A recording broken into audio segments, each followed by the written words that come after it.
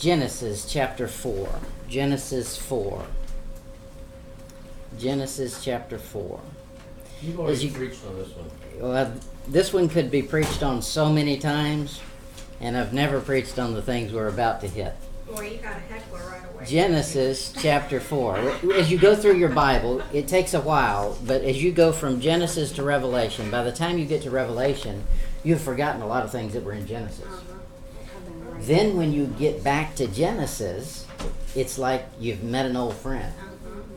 Oh yeah, I remember part of that. Oh yeah, now I remember that. Some of it makes So more sense. yes, oh yeah, you pick up more details. So now I'm back in Genesis. So let's go to Genesis chapter 4, and we're going to review some old things we already knew. Now, to begin with, this is going to really be a lesson and a sermon. So we'll do the lesson first. I'll do a verse by verse through part of this chapter, and then we'll do a message on the last half of it. So Genesis 4, let's begin in verse 9. And the Lord said unto Cain, Where is Abel thy brother? And he said, I know not. Am I my brother's keeper? Okay, do we see a problem with that right off? Yeah. Okay, what's the problem? He needs to be his brother's keeper. Okay, he should have been his brother's keeper. He lied. He lied. He said, I know not. He knows. Okay, he lied. Most of these people who are like, I hear a lot of people like really say that, and I'm thinking you're quoting a murderer. So he was a murderer, and he knew exactly where he was and what he had done. Here's the problem with it. When you're asked a question, you're supposed to answer the question. No more, no less. Watch what he did. He answered it with a question. He says, Am I my brother's keeper? Well, the first thing he says is, I know not. Now, he should have stopped right there. That was a lie, but he should have stopped there. Now he turned around and asked a question as though he's accusing God. There's an attitude. That's the Yeah. attitude in his question. Am I my brother's keeper? Who do you think you are to ask me? Verse 10. And he said, What hast thou done? The voice of thy brother's blood crieth unto me from the ground. And now art thou cursed from the earth, which hath opened her mouth to receive thy brother's blood from thy hand. When thou tillest the ground, it shall not henceforth yield unto thee her strength. A fugitive and a vagabond shalt thou be in the earth. Okay, that doesn't sound real harsh to us. But remember, this is what he took his pride in, was fruits and vegetables. That was the offering that he brought for God. God says, now the thing you love, I'm taking from you. The earth will no longer yield to you, whereas before it did. He brought a bountiful crop. Verse 12? Verse 13. Yeah, verse 13. And Cain said unto the Lord, My punishment is greater than I can bear. Behold, thou hast driven me out this day from the face of the earth, and from thy face I shall be hid. A little exaggeration there. Really, he was driven from the face of the earth? So he's going to outer space somewhere? All right. And I shall be a fugitive and a vagabond in the earth, and it shall come to pass that everyone that findeth me shall slay me. Well, there's only one other person in this earth then. Because if everybody slays him, the first guy didn't do a very good job. Right. 15. And the Lord said unto him, Therefore, whosoever slayeth Cain, vengeance shall be taken on him sevenfold. And the Lord set a mark upon Cain, lest any finding him should kill him. And Cain went out from the presence of the Lord, and dwelt in the land of Nod, on the east of Eden. Okay, so now let's go back through that little section and pick up the cross references and put the whole thing together, and then we'll move on to the message. In verse 9, he says, And the Lord said unto Cain, Where is Abel thy brother? And he said, I know not. Am I my brother's keeper? Okay, let's find out what the Bible has to say about this. Job 22. Job 22:13.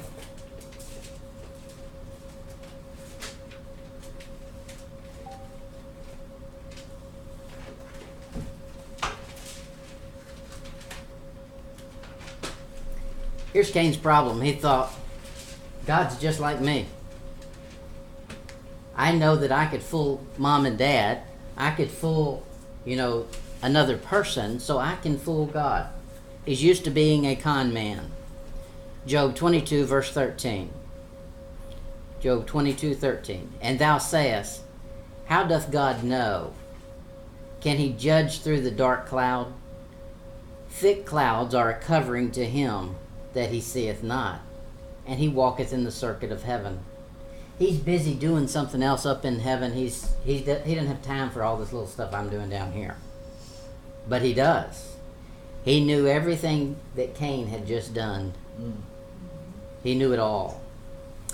Cain thought, well, I can get away with it. God's too busy accepting sacrifices. This is a busy day for him. This is rush hour for God. I can get away with this. Psalms 10, verse 13. A lot of 13. Yes, there are. Psalms 10, verse 13. Are we preaching on a little bit of rebellion? Well, Cain is a rebel, yes. In John, he says, 1 John 3 says, Cain was of that wicked one. Psalms 10, verse 13. Wherefore doth the wicked condemn God? He hath said in his heart, thou wilt not require it. I can get away with this, and God is not going to do anything about it. Verse 14. Thou hast seen it, for thou beholdest mischief and spite, to requite it with thy hand. Now, you don't want God to use his hand. That's what he used on Pharaoh in Egypt. You don't want him to get his hand out after you. His right hand. That's right. The poor committeth himself unto thee, and thou art the helper of the fatherless. Okay, that hand can be used for good. A poor man realizes he doesn't have any choice. He's got no options. God's all he's got. Well, that's more than enough. Amen. That hand that can smash the enemy can also help the poor, and maybe do both at the same time. Genesis 4:10. Genesis 4:10. And he said, "What?" This is God talking. "What hast thou done? The voice of thy brother's blood crieth unto me from the ground." So blood has a voice, and it talks to God. So when you spill it, there is no covering it up. The ground tries to help him. The ground tries to soak up the blood to cover it, but it doesn't mute it. God can still hear it. Exodus 3:7. Some of the Bible says the life is in the blood, so. Exodus 3:7.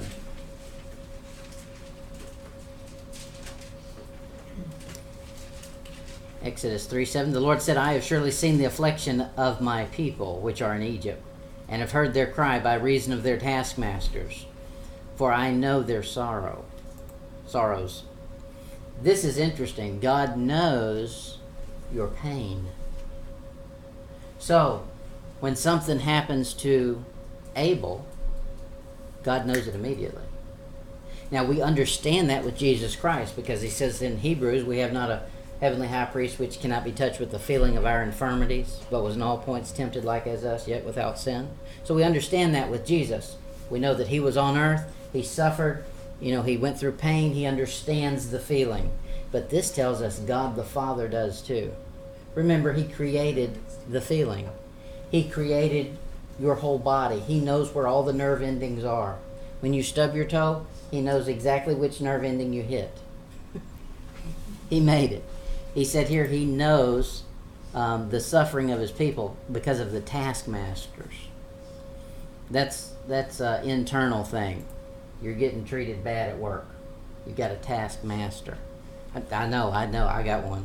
Amen. Taskmaster. Amen. You're high maintenance. Amen over there. Psalms 9, verse 12. I've watched God take my taskmaster and just turn his world upside down and blast me all the. No, he intends us to have taskmasters. He prophesied Israel to have these for 400 years. What was that song? What? Psalms 9, verse 12.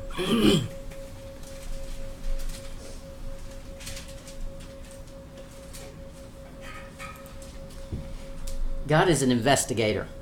People don't realize this, but God is an investigator.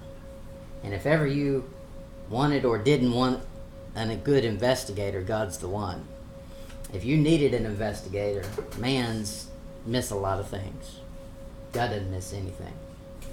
He makes investigation. Sometimes he plants his feet on the earth to come search out a matter. Psalms 9, verse 12.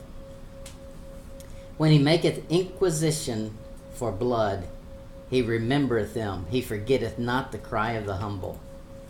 So God comes down and inquires. There used to be 25 quarts of blood over in this section of the earth. Where is it? He's making a diligent search. Where's all the blood that I let come into this world? Blood talks to God. It has to respond. Psalm 72:14.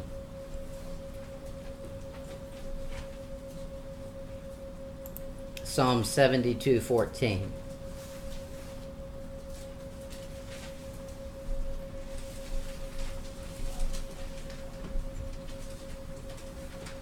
It says, he shall redeem their soul from deceit and violence, and precious shall their blood be in his sight. That's an interesting thing, because your blood doesn't go to heaven.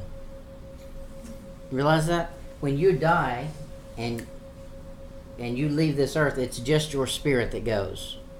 Now, when God remakes your body, you'll get a new body, but you don't get new blood. Blood is done with. He says when Jesus showed back up in his glorified body, he says, touch me, feel me, for a spirit hath not flesh and bone as you see me have. No blood, just flesh and bone. That's what your glorified body will be. But he says here, because that glorified because that sinner on earth has blood in their body, and that person is precious to me, I'm going to say their blood's precious to me too. Your blood is cursed. Your blood is the reason you die. We don't have eternal blood. Hebrews chapter 11.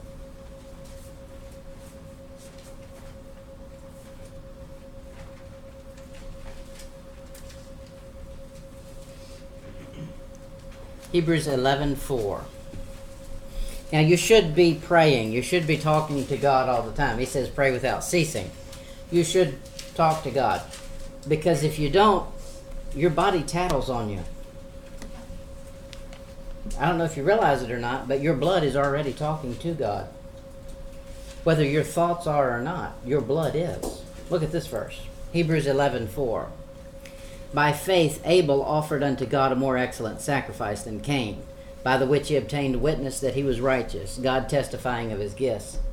And by it he being dead yet speaketh. Well, he was dead, but what's still speaking? The blood. The blood was still speaking. Your blood is speaking to God. It's not as rebellious as your mind. When God asks it a question, it responds to him. Now, it speaks in a pitch that we don't hear, but God hears it. So, don't lie to him, because the blood's going to tell him the truth. He created it. Genesis 4:11.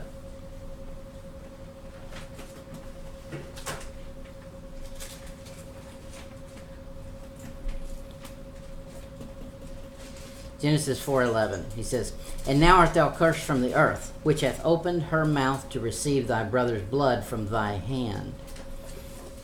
This is the earth trying to help him out. The earth says, hey, look, that was bad news. Let's cover this thing up. It opened its mouth and said, let's take in all that blood we can, see if we can't cover it. But the earth is just like man. It's just dust. God can hear right through it. Look at Deuteronomy 29.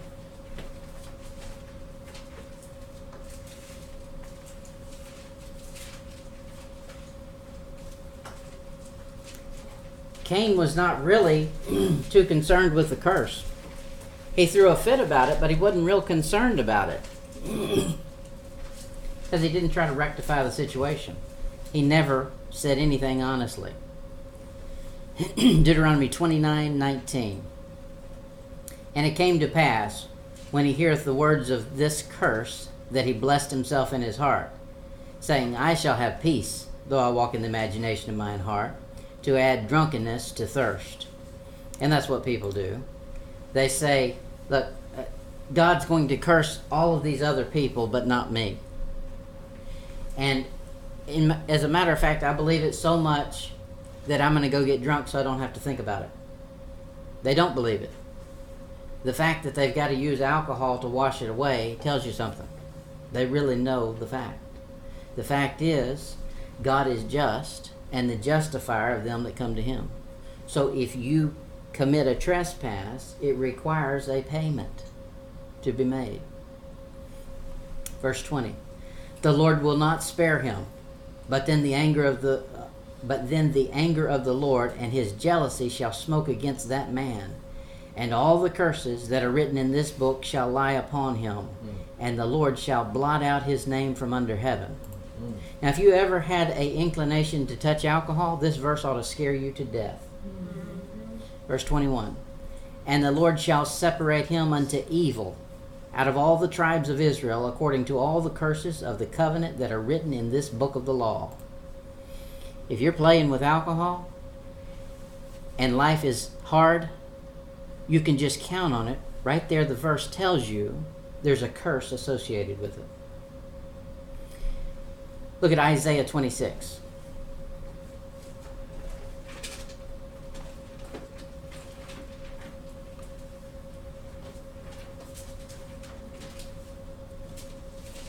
Isaiah 26. One day the Lord is going to tell the earth. You know, he comes to judge everything. Not just, you saw when the Adam and Eve ate of the tree that they're not supposed to in the garden. He came down and he had an investigation there.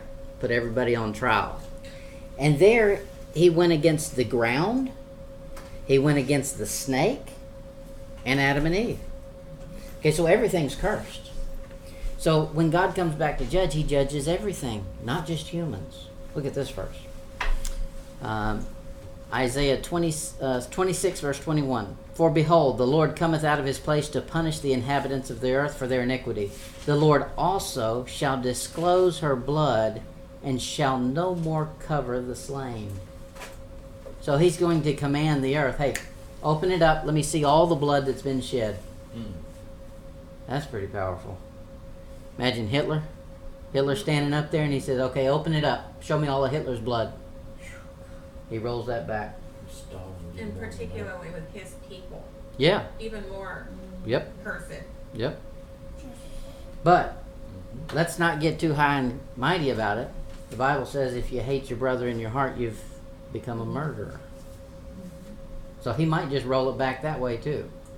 Say, let me see everybody so-and-so has hated. Roll it back. Where's the murder from that? Job 38.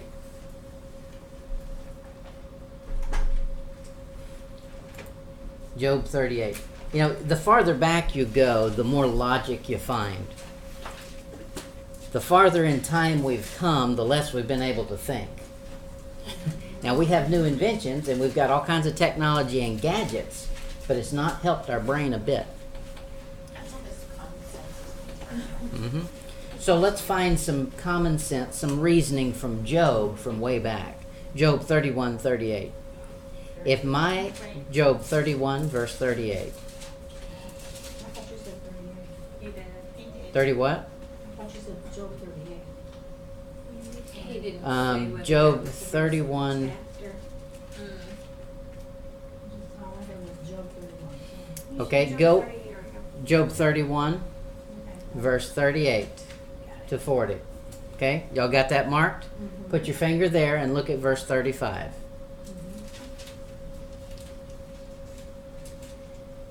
Oh, that one would hear me. Remember, Job's been going through a lot of problems. He says, I didn't do anything to get all these problems. I don't understand why all this is happening.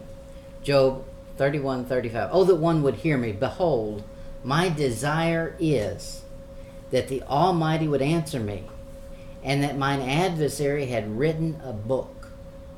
Well, it's written now. So let's see what logic Job has. Now, that was a good thing to say. If you're going to condemn me already, then that's fine. Let's talk. Let me hear the condemnation. Let me hear the accusation. Let me see it in writing. Verse 38.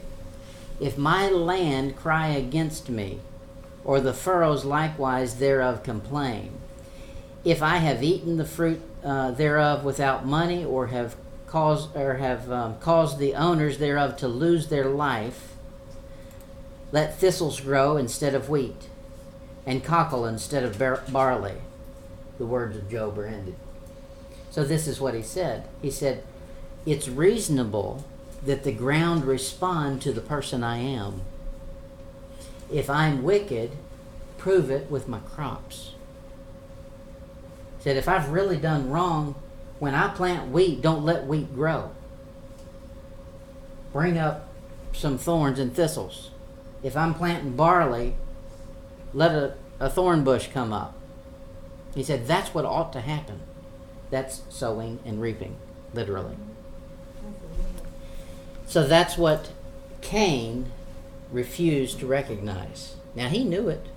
If Job knows it all the way back this far, Cain knew it. He knew that he should receive a just punishment for what he had just done. But he claims it's way too much. I can't handle it. Genesis 4:11. Sounds like criminals today. Give another sentence. Yeah, they try to like blame him. It was somebody else's fault. Oh, it's, really was the red-handed. Genesis 4:11. He says, and now art thou cursed from the earth, which hath opened her mouth to receive thy brother's blood from thy hand. When thou tillest the ground, it shall not henceforth yield unto thee her strength. A fugitive and a vagabond shalt thou be in the earth. Okay, those are all reasonable punishments. Very reasonable. Let's think about it. He just killed somebody. Mm-hmm. God's saying, I'm going to still let you live. It's just going to be a hard life. That's reasonable. We complaining about that. Here's a line out of an old poem I'll read to you. Know that noble feeling, many manly powers, instead of gathering strength, must drop and pine, and earth with all her pleasant fruits and flowers fade and participate in man's decline. The earth is your example of what you do. You fall apart. It's harder now to grow crops than it's ever been. Well, we've not followed anything God had to say about it to begin with, but we've cursed the earth beyond the curse God put on it. Now he's telling Cain, I'm going to turn the volume up on the curse anywhere you touch the earth. The volume's going to 10 decibels. You're going to have a rough time. Remember, that's how he made his living. That's what he loved, was fruits and vegetables. No more. Psalms 109, verse 10. So he was the first vegan? I don't know what he was eating. No, the first one was Adam and Eve. Right. Yeah.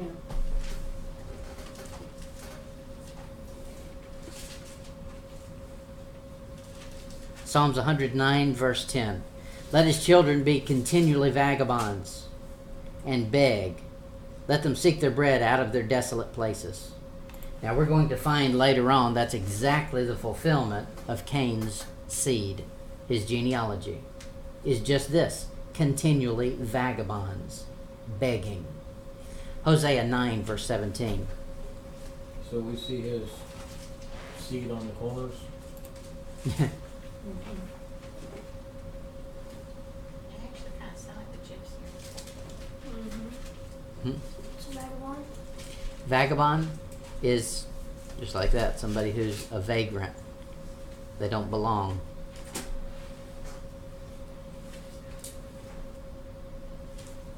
Hosea 9, verse 17. My God will cast them away because they did not hearken unto him.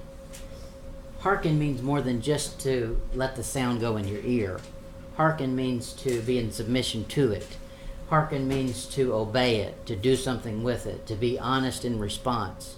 That was not Cain. He did not hearken. He heard, but he didn't hearken. He was stubborn. And they shall be wanderers among the nations. Cain was the example. Israel follows suit. God says, okay, I did it with Cain. I'll do it with you. You're going to wander. You're going to be the fugitive and vagabond now. Deuteronomy 28:23.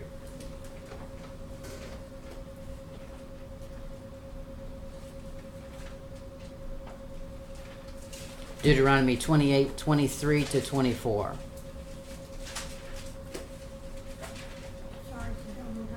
Deuteronomy 28:23 to 24. Here's the problem for Cain. And thy heaven that is over thy head shall be brass. We're not going to be having any more chats. And the earth that is under thee shall be iron. Make sure you've got a good backhoe. And the Lord shall make the rain of thy land powder and dust. From heaven shall it come down upon thee until thou be destroyed. If God decides that you're his enemy, you've got a rough life. He says in Proverbs, the way of the transgressor is hard. You don't realize how hard it is until the more you transgress. It'll get harder and harder and harder. One of the worst punishments God can give is not to kill you, but to leave you alive and let you suffer. Because he can produce some suffering. Genesis 4:13.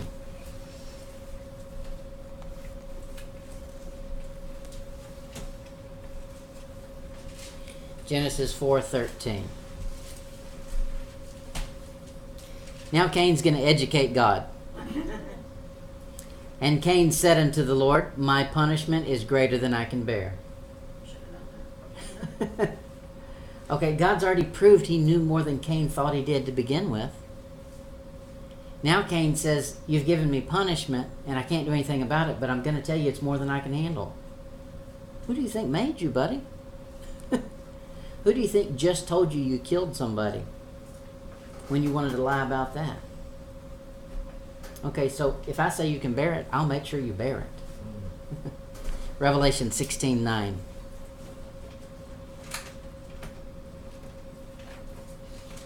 This is the typical response to God's punishment by man. Man usually has this response, and because of this response, you get more punishment. Revelation 16:9. And men were scorched with great heat. And what'd they do about it?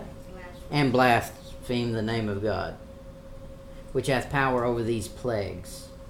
And they repented not to give him glory. What God intended for them to do when he blasted them was for them to repent and give God glory. Now I'm going to show you a hard story in the Old Testament. I'm not going to show it. I'm going to tell you about it. The hard story in the Old Testament is Achan. You'll find what happens with Achan is Joshua says, come out here, son, and give God glory. He calls it giving God glory. And tell me what you've done. Now, he did that.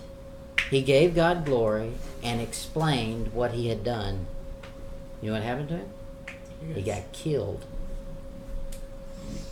But that still gave God glory. So, God is very gracious. But if it doesn't call for grace, he'll handle the killing too. Here in Revelation, a bunch of heathen are getting it. Yeah. But he stopped torturing him. Well, Achan didn't get tortured.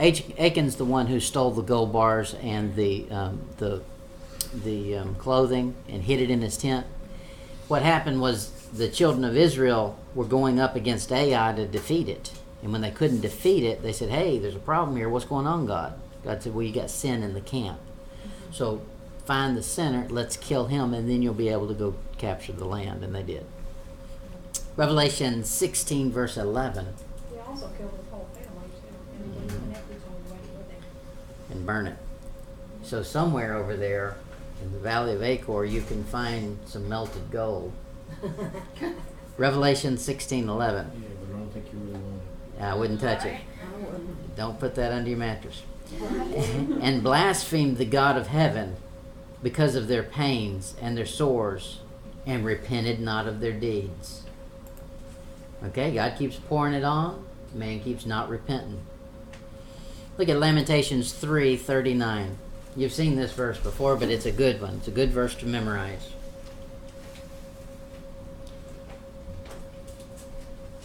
Cain should have known this verse. Now, of course, it hadn't been written yet, but this is the philosophy he should have had. Lamentations 3:39.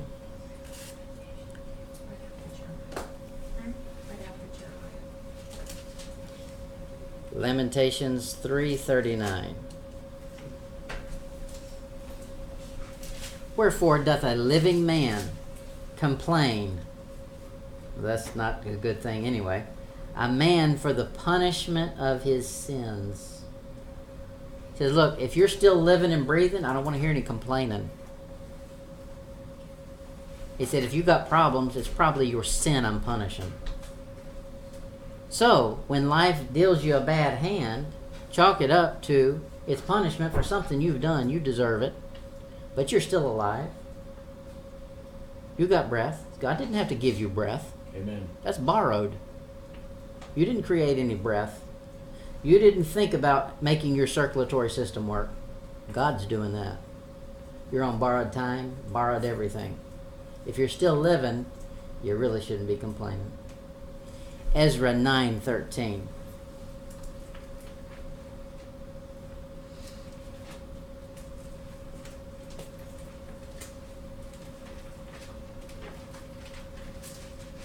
Ezra 9:13.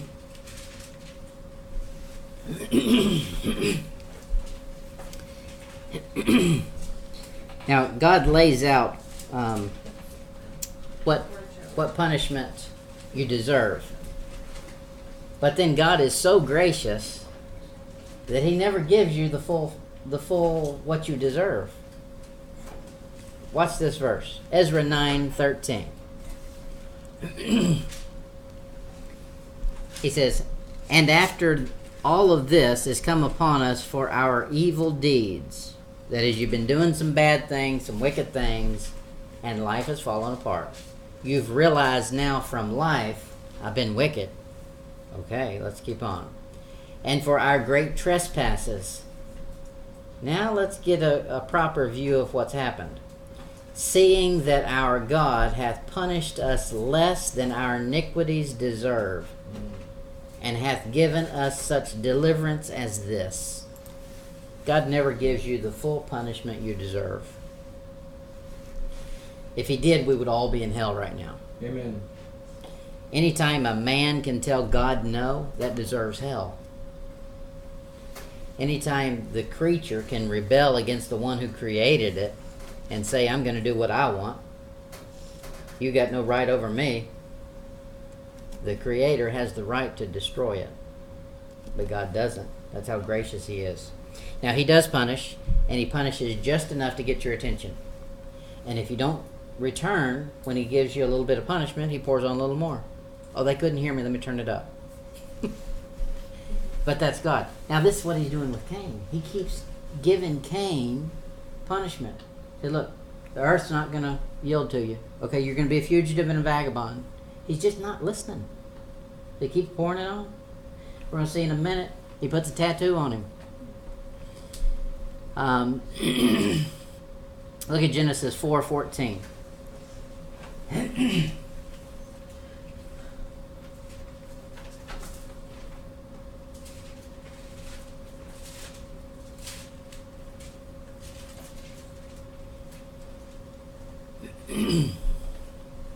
Genesis 4:14. Behold, thou hast driven me out this day from the face of the earth, and from thy face shall I be hid. And I shall be a fugitive and a vagabond in the earth. And it shall come to pass that every one that findeth me shall slay me. He's not saying that, he's saying a bunch of stupid stuff. Now he's just babbling. He's thinking, if I spill out enough words, maybe I'll confuse him enough that he'll sit down and say, okay, let's make a deal. And that's the way some people argue. Just pour enough words out there, and finally they'll say, hey, shut up. Let's put this thing down and see if we can't find some middle ground. God doesn't do that. Isaiah 57.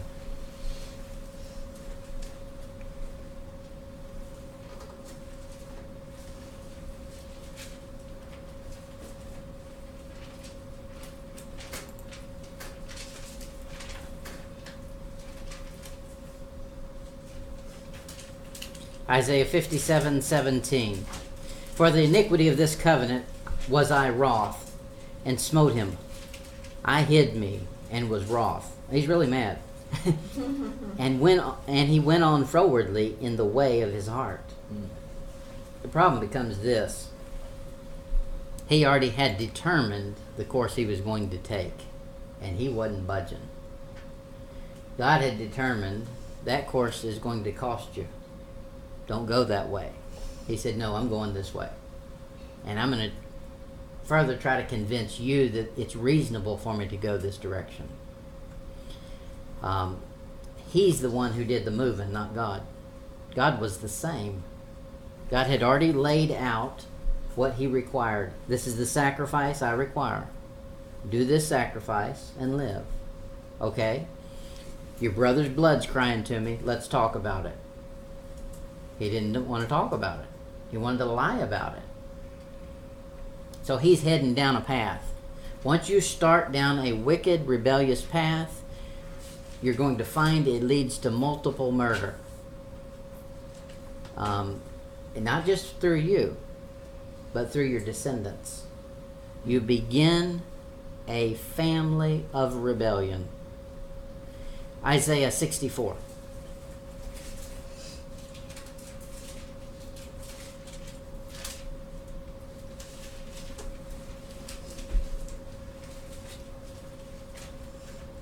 Isaiah 64:7.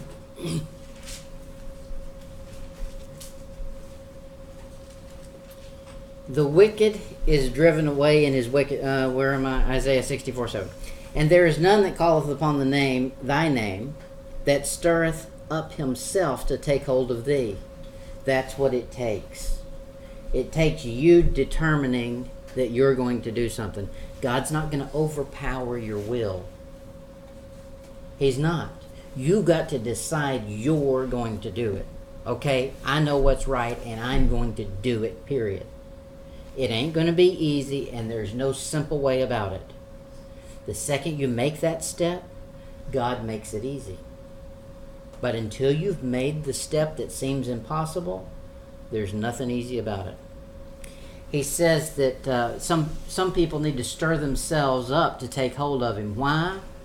For thou hast hid thy face from us, and hast consumed us because of our iniquities. And that's exactly what he's about to do to Cain. And we're going to see in a minute how it affects everybody who comes through Cain. Now there's a lot more cross-references we could do, but that gives you a sort of a handle on the story now. Now we'll go to the message. The preoccupation of the punished. The preoccupation of the punished. Genesis 6:14. Preoccupation of the Punished.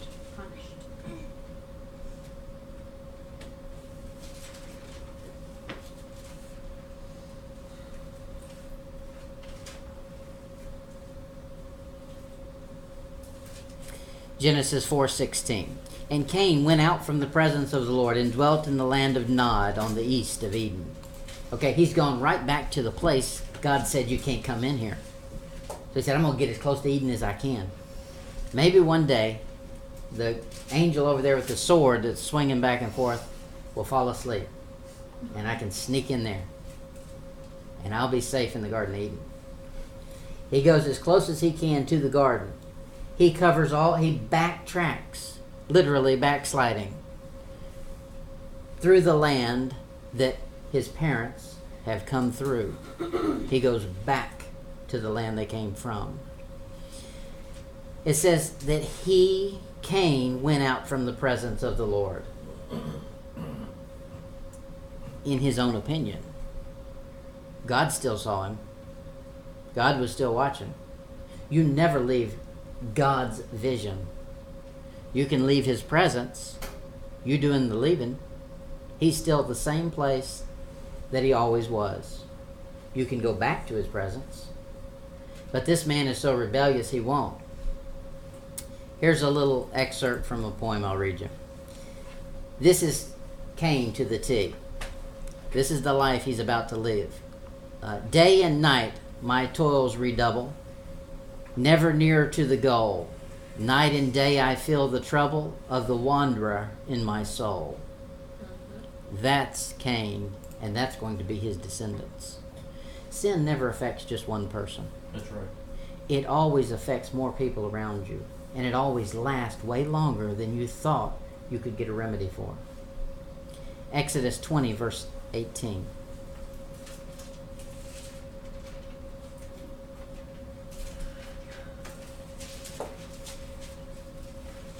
Exodus 20, verse 18.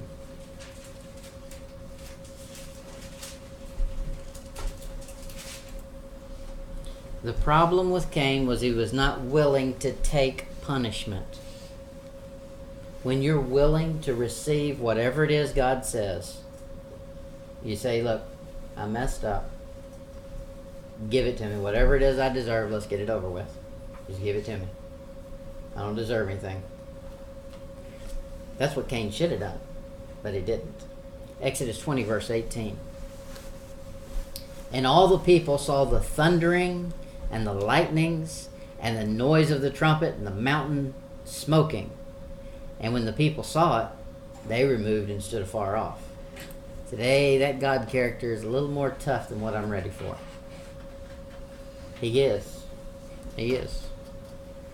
You need to get the Old Testament view of God. That'll give you the fear of God. And if you come to that fear like you naturally will when you see it, humbly, then he'll give you mercy. But if you can just stride right up to the mountain and say, hey, let's talk about this thing, like y'all are buddies, it ain't going to happen. That's right. Then you'll get the thunder and the lightning and the smoking.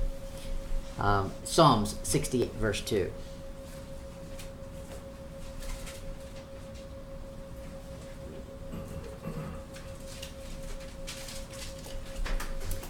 Here's why Cain left the presence of God. He had more sense than we give him credit for. Psalm 68, verse 2. As smoke is driven away, so drive them away. As wax melteth before the fire, so let the wicked perish at the presence of God. He knew if I stay in God's presence, all it's going to do is condemn me. That's why a man quits reading the Bible. He condemns him. He wants to stay as far away from the presence of God as he can get. That's why there's an interesting thing that happened. We used to have we were up to having about 20 people consistent at Marcus Point. Because the presence of God could be diluted. Mm-hmm. When we pulled out and became our own thing, there's some people that have never showed up. No. There is a presence of God that's too powerful for them. They can't handle it. They're Cain. They are fleeing from the presence of God. Look at the preoccupation of the punished. The first thing that happens is a tattoo. Now this tattoo is given by God, but it's not a sign of you're beautiful. Mm-mm. Look at it. Genesis 4:15.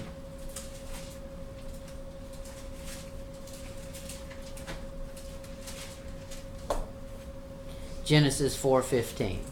And the Lord said unto him, Therefore, whosoever slayeth Cain, vengeance shall be taken on him sevenfold. And the Lord set a mark, a brand, upon Cain, lest any finding him should kill him. Now, nobody knows exactly what that was, except for me. No. I think what that was The very mark that's going to be in the tribulation. I think it's a 666. Because Cain is of that wicked one, and Cain becomes a perfect example of the Antichrist. He said, I'm going to put this mark on you, so when people see you, they're going to know not to kill you. But it's a brand. It's a sign of rebellion. It says, you're a rebel, and you're not in my presence, and we ain't on good terms. You're going to wear it, everybody's going to see it. So that's what a tattoo does. It shows the world I'm a rebel. I can decide what I'm supposed to look like and what I'm not. I'm going to, in America and in Australia, tattoos were used to identify criminals. So, all the criminals nowadays want to glorify them. Put them all over their body so everybody can see it. I should be in jail, look at me. They know their fact. They've condemned themselves. The tattoo right here begins with Cain. Do you want to follow Cain's line? We're going to see his genealogy in a minute and see where you'll wind up. The other thing that happens, Genesis 4:16. He moves as close as he can get to the forbidden line. God had told Adam and Eve, you can't come back here. There's a whole earth out there, but you're not touching the Garden of Eden again. So what's Cain do? I'm getting back to that Garden of Eden. I'm going to go to Nod, that way I can watch it. And when the angel starts to droop, or that sword starts to drop, I'm sneaking in. Genesis 4:16. And Cain went out from the presence of the Lord and dwelt in the land of Nod on the east of Eden. He got just as close as he could get.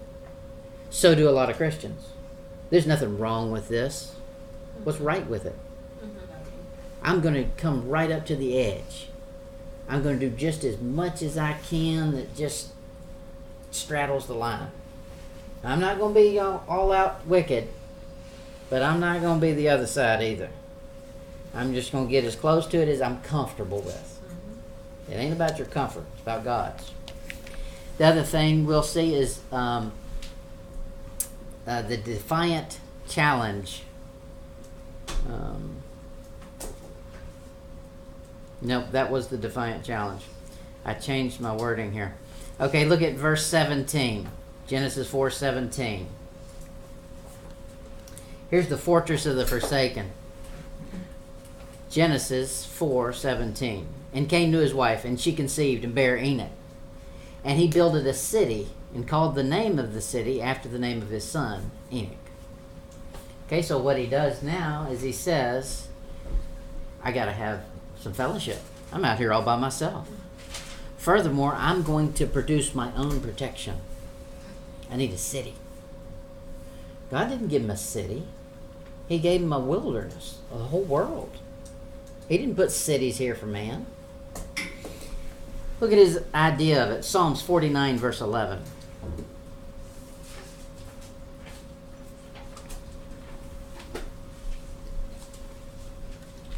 Psalms 49:11.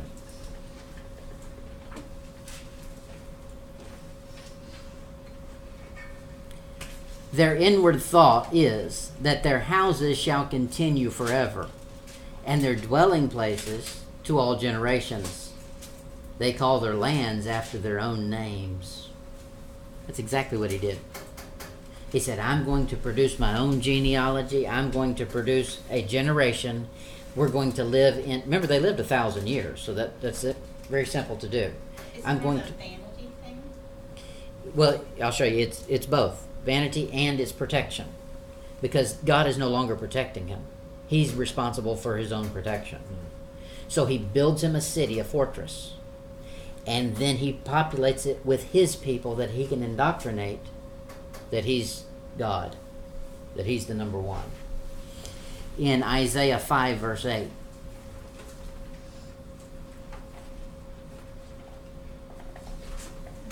Isaiah 5, verse 8.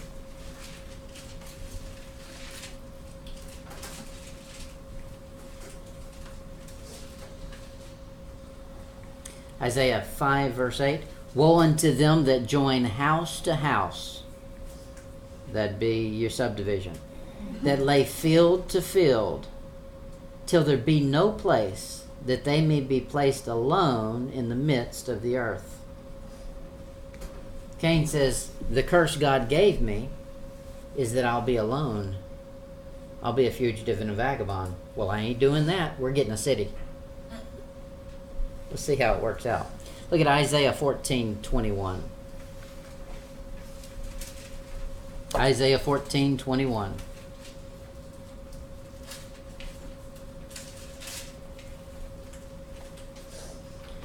Prepare slaughter for his children, for the iniquity of their fathers, that they do not rise, nor possess the land, nor fill the face of the world with cities.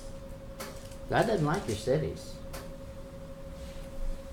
He said, don't let them fill this earth up with cities. I hate to see the beach get cluttered with condos. That's what God's saying here. Hey, you're destroying the world I just created. Get your cities off of it.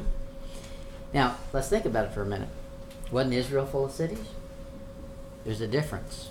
There's a difference. One's God's cities and one's man's. Psalms 127, verse 1.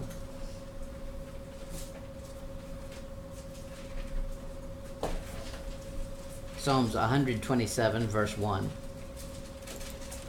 God can build cities because he's the master builder. Amen. When man puts his hand to it, he says, you've messed it up. Except the Lord build the house, they labor in vain that build it. Except the Lord keep the city, the watchman waketh but in vain. So he says, look, I'll produce some cities where there needs to be some cities. I'll do that. You can count on me to handle all of that. However, if you decide just on your own, like Cain, I'm going to build a fortress in order to keep myself safe, in order to have a cult following the people I produce, then God says, I'm going to curse it.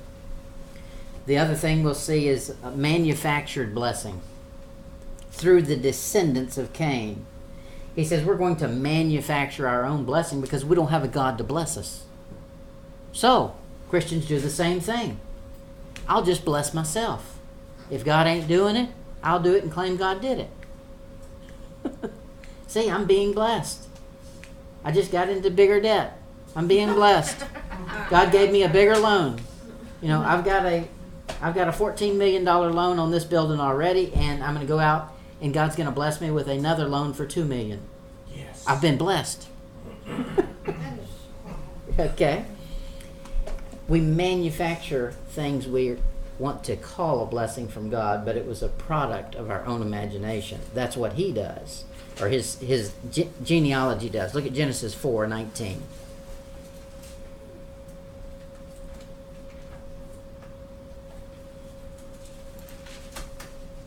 Genesis 4:19.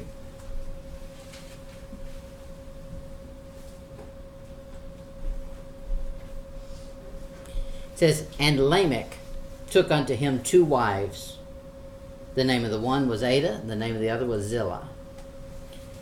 God had instituted 1 woman, not 2, and that was said to be a blessing.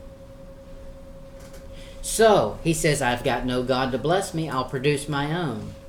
If God can give them 1 woman and it's a blessing, I'll take 2 and bless myself. It doesn't work that way. No, it don't. Here's a little line. I don't know who wrote it, but it says, marriage is an institution in which a man loses his bachelor's degree and a woman gets her master's. Right on. Amen. How can a man serve 2 masters? Yes. 2 women is not God's plan. That's right. God said 1 woman is a blessing. You get 2 of them, you got a blasting from both sides. One for each year. In Genesis 2:24, this is God instituting marriage. He says, therefore shall a man leave his father and his mother, and shall cleave to his wife, and they shall be one flesh. So 1 and 1 equals 2 that I'm going to call 1. God's got some strange math. He didn't say 3 is going to be 1. He didn't say 4 is going to be 1. He didn't say it's up to you how many you want. He said a man, a woman, singular. Those 2 can be 1. Why? Because a trinity is 1. So, 2 humans and God make the perfect trinity as 1. Amen. So, the other thing we see in his genealogy is someone who becomes a slave to a salary. And that's what man does when he flees the presence of God. You become a slave to salary. You got to make money. Now, you got to do that anyway, but you don't have to do it as a slave. Look at Genesis 4:20.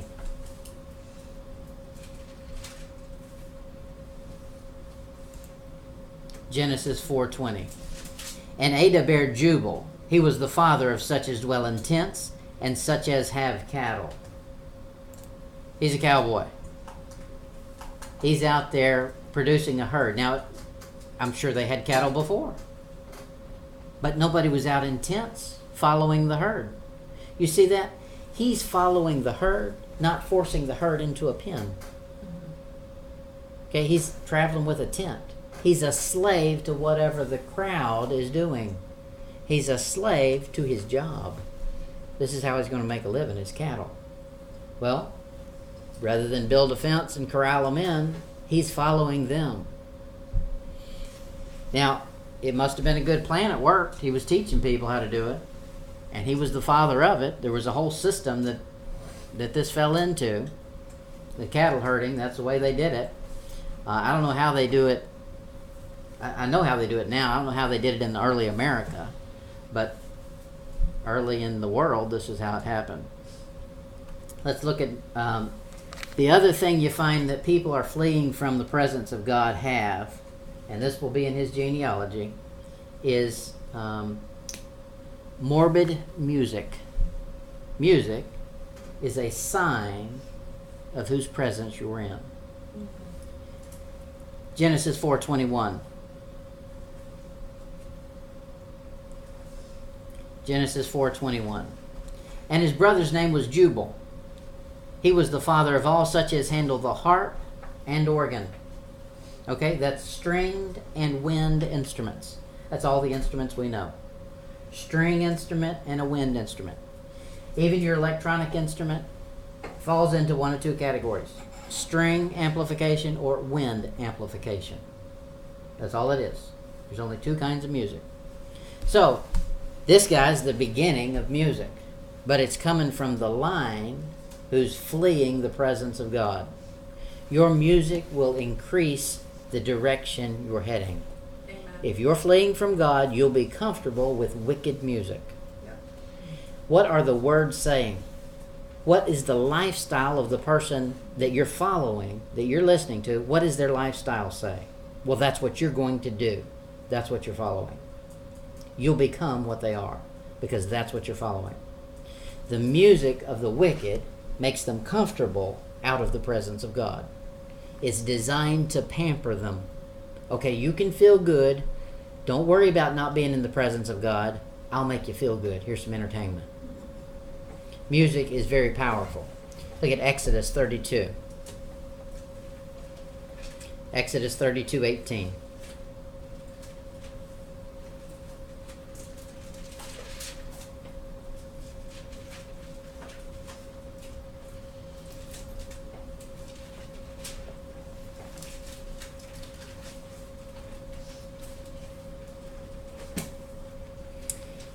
Exodus 32:18. And he said, it is not the voice of them that shout for mastery, neither it is the voice of them that cry for being overcome. So Joshua said, it sounds like a war going on down there. And Moses said, no, I've been in enough wars. Joshua, you're still too young. That's not what war sounds like. War sounds like people being overcome, people crying, people shouting. What you're hearing is the noise of them that sing, do I hear. Okay, Joshua wasn't used to that noise.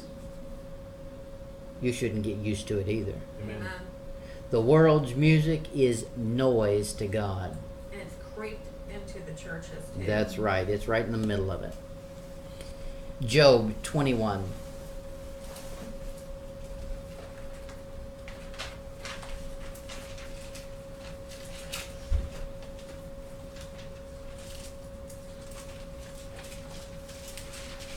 Here's what wicked music will do to you. Job 21:12. They take the timbrel and harp and rejoice at the sound of the organ. They spend their days in wealth. In a moment go down to the grave. Therefore they say unto God, depart from us, for we desire not the knowledge of thy ways. What is the Almighty that we should serve him? And what profit should we have if we pray unto him? That's what your wicked music does. It tells you don't pray to God. I'll give you some entertainment. I'll fill your mind so you don't have to think about the presence of God. You don't have to miss it. Listen to this. Now, the world's music is morbid because it comes from dead people. It's an exaltation of death. If you will take just the music, it's all sad. There's no joy in it. Just the actual music. There's no joy in it. The way they try to produce joy is with a beat. They turn the beat way up. Turn the beat down and just listen to the music. It's morbid. It's sad. Because that's the God they're following. They are death. Don't exalt death. Look at Amos 5:23.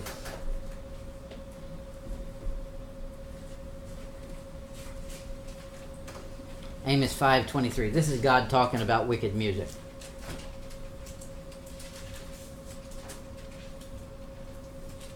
Rachel, turn that AC down. I don't know why that's up.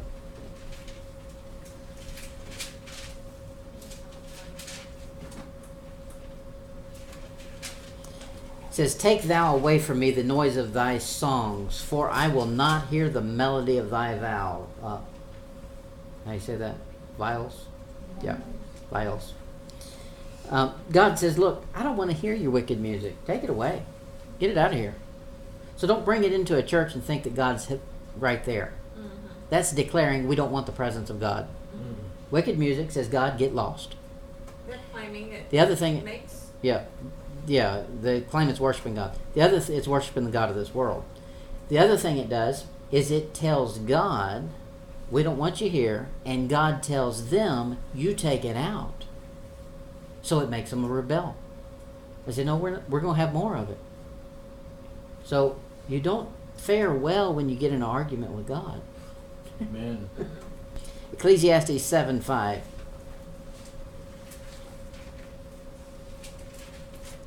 Ecclesiastes 7:5. Here's the problem with modern music today. Ecclesiastes 7:5.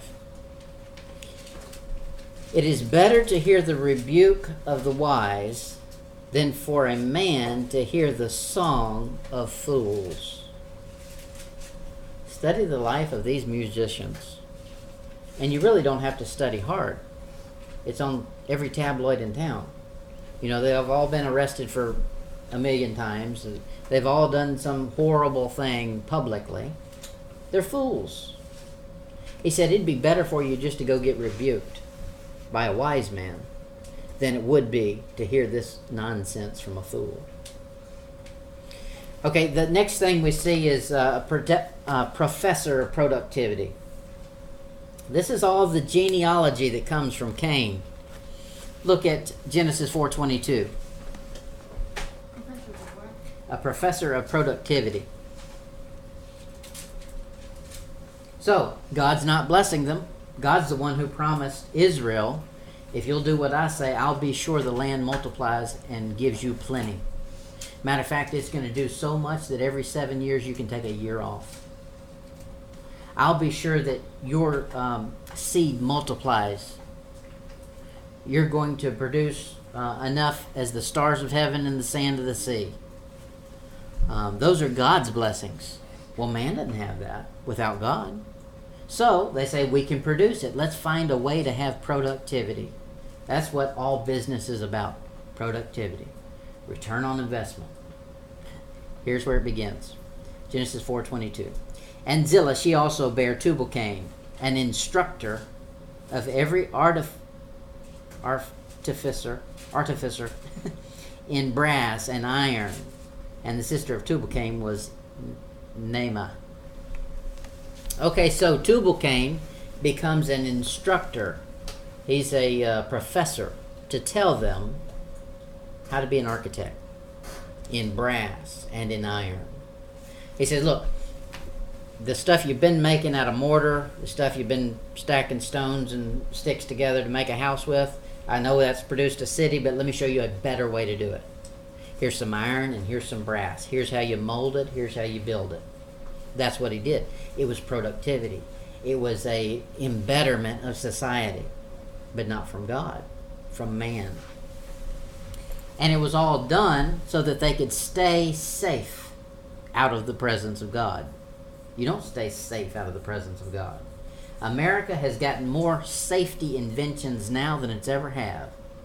You can get a safety lock for your phone, one for your car, one for your house, for your clothes, for whatever. I saw one the other day. You can put this sticker on your bicycle, and then if somebody steals it, it has a GPS that alerts you, and it'll do a crowd sharing thing and tell everybody around where it is.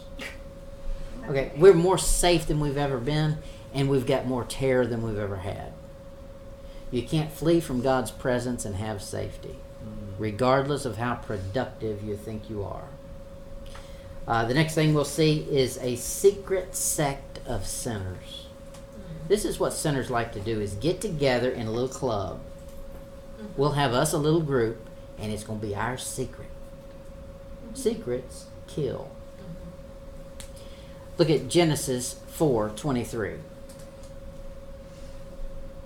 And Lamech said to his wives, Adah and Zillah, hear my voice, ye wives of Lamech. Hearken unto my speech, for I have slain a man to my wounding, and a young man to my hurt.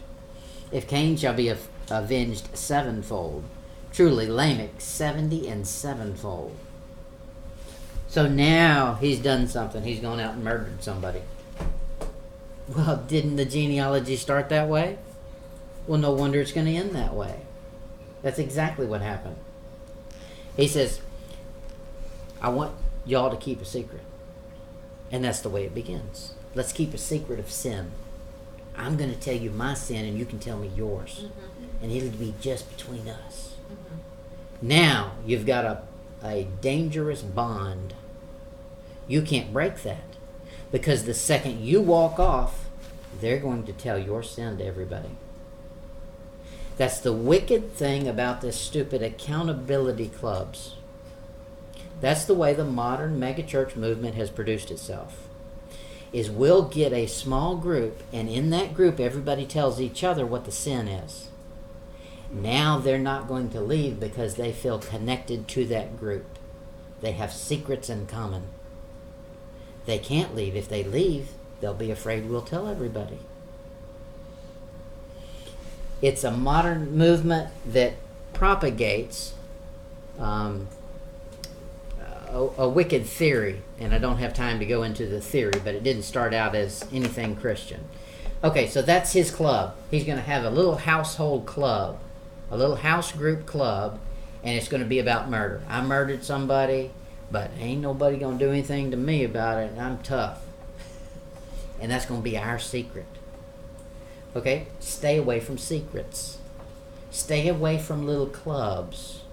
Stay away from, you're going to keep me honest, I'm going to keep you honest. No, let God do it. Let the Word of God do it. If God can't do it and this book can't do it, no man can. That's right. You're accountable to Him. Now, that's the end of the list of his genealogy. We're only given 12 names and 13 people. You're given Cain, and it mentions Cain's wife, but without giving her a name. So with the people that are in the list, you have a total of 13 people. Well, no, it's rebellion. So his whole genealogy is rebellion. Now, the interesting thing about this is it's not called a genealogy. In chapter 5, we're going to get the genealogy of Seth. But because we've been left with such a sour note in this chapter, God says, I can't leave it that way. I'm going to give you a blessing before we leave. The last 2 verses of the chapter tell you the introduction for chapter 5. Chapter 5 is the genealogy of Seth. But the last 2 verses after the genealogy of Cain is the introduction to Seth. Let's look at it. Genesis 4, verse 25 and 26. He said, And Adam knew his wife again, and she bare a son, and called his name Seth. For God, said she, hath appointed me another seed instead of Abel, whom Cain slew. And to Seth, to him also there was born a son, and he called his name Enos. Then began men to call upon the name of the Lord. Now, I'll just show you the picture and then we'll be done. The interesting thing you see here is one man comes down to defeat Rebel man. So you got Cain, who's nothing but a total rebel. You need one man that'll be a good one. Seth shows up. He's a good one. Just like Jesus Christ showed up. He's a good one. Notice the genealogy of Seth. Everybody who comes after Seth calls on the name of the Lord. The genealogy that Jesus Christ produces, they call on the name of the Lord. You can't do that if you're fleeing his presence. You're going to need to call on his name repeatedly, daily, for help. The only way you do it is to stay close to him and stay away from all of the things that we see that produce from the Cain generation. Here's the Cain generation. The tattoo. The Defiant Challenger. The Fortress of the Forsaken. The Manufactured Blessing. Slave to the Salary. Morbid Music. Professor of Productivity. And the Secret Sect of Sinners. Stay away from all of those. All right, let's pray and we'll get some food. Heavenly Father, we thank you for your word. We thank you for giving us a prophecy of what being out of your presence produces, and we pray that we would strive to keep accounts short with you, that we can stay in good fellowship with you, and thank you for the food we're about to eat. In your name we pray, amen. Amen.